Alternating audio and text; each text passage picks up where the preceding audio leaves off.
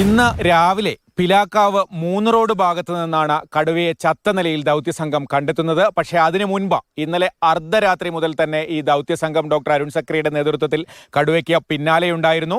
രാത്രി 12:30യോടെയാണ് ഈ 3 റോഡ് ഭാഗത്തെ വനമേഖലയിൽ കടുവയുടെ സാന്നിധ്യം ഉണ്ടാകുന്നത്.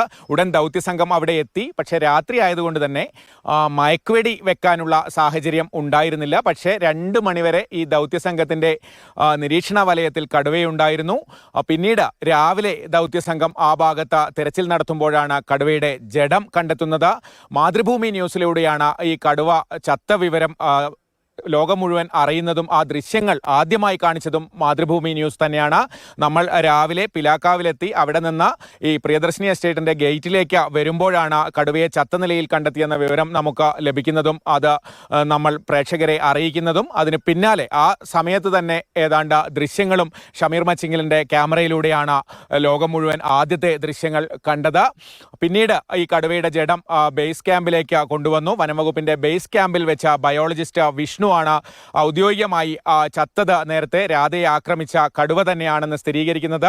നേരത്തെ ക്യാമറ ട്രാപ്പിൽ ലഭിച്ച ചിത്രവുമായി ഒത്തുനോക്കി കടുവയുടെ സ്ട്രൈപ്സ്, അതായത് കടുവയുടെ ഐഡന്റിറ്റി തീരുമാനിക്കുന്ന ദേഹത്തെ വരകൾ, മുഖത്തെയും ദേഹത്തെയും വരകൾ ഒത്തുനോക്കിയാണ് വിഷ്ണു ആ കാര്യങ്ങൾ വിശദീകരിച്ചത്.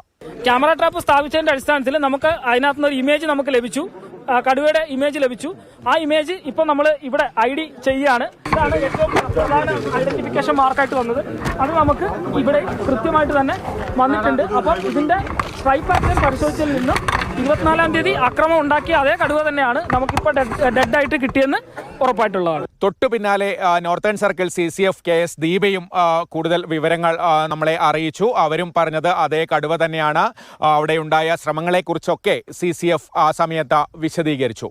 ഒരു 2:30 ടൈഗർ സ്പോട്ട് ചെയ്തിരുന്നു. ഒരു അറ്റംപ്റ്റ് നമ്മൾ ട്രാങ്കുലൈസേഷൻ്റെ നടത്തിയിരുന്നു. അത് പിന്നെ നമുക്ക് ഇത് പിന്നീട് അങ്ങ് ഓടിപ്പോവുകയാണ് ചെയ്തത്. പിന്നെ ഇതിൻ്റെ പാരാമ്പുലേഷൻ ഈ നേരം വരെ നമ്മൾ നടത്തിക്കൊണ്ടിരിക്കുകയായിരുന്നു. രാവിലെ ഒരു നേരമായപ്പോൾ അതിനെ ഫൗണ്ട് ഡെഡാണ്.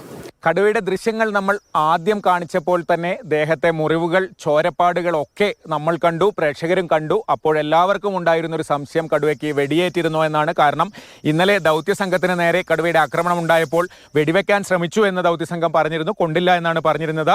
അതുകൊണ്ട് തന്നെ ആ സംശയമൊക്കെ ഉയർന്നിരുന്നു. എങ്ങനെയാണ് കടുവ ചത്തതെന്ന സംശയം ഉയർന്നിരുന്നു. എല്ലാവരും കാത്തിരുന്നത് ഡോക്ടർ അരുൺ സക്രിയുടെ വാക്കുകൾക്കായാണ്. അദ്ദേഹം അധികം വൈകാതെ തന്നെ അക്കാര്യങ്ങൾ വിശദീകരിച്ചു. കടുവയെ വെടിവെച്ചിട്ടില്ല, അങ്ങനെയൊരു സംഭവമില്ല.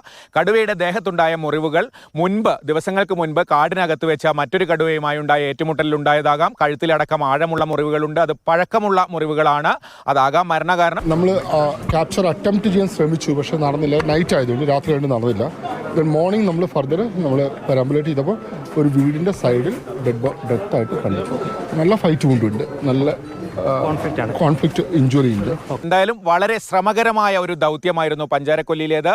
ഈ പിലാക്കാവിലെയും പഞ്ചാരക്കൊല്ലിയിലെയും ഭൂപ്രകൃതിയും വളരെ ദുർഘടമായിരുന്നു. ആ ദൗത്യത്തിനൊക്കെ ഒടുവിൽ എന്തായാലും കടുവയെ ചത്ത നിലയിൽ കണ്ടെത്തി. അങ്ങനെ ആ ദൗത്യം അവസാനിച്ചു. നാട്ടുകാർക്ക് ആശ്വാസമാകുന്ന രീതിയിൽ തന്നെ അതിനൊരു പരിസമാപ്തി ഉണ്ടായിരിക്കുന്നു. ഷമീർ മച്ചിങ്ങലിനൊപ്പം കമൽ, മാതൃഭൂമി ന്യൂസ്, വയനാട്.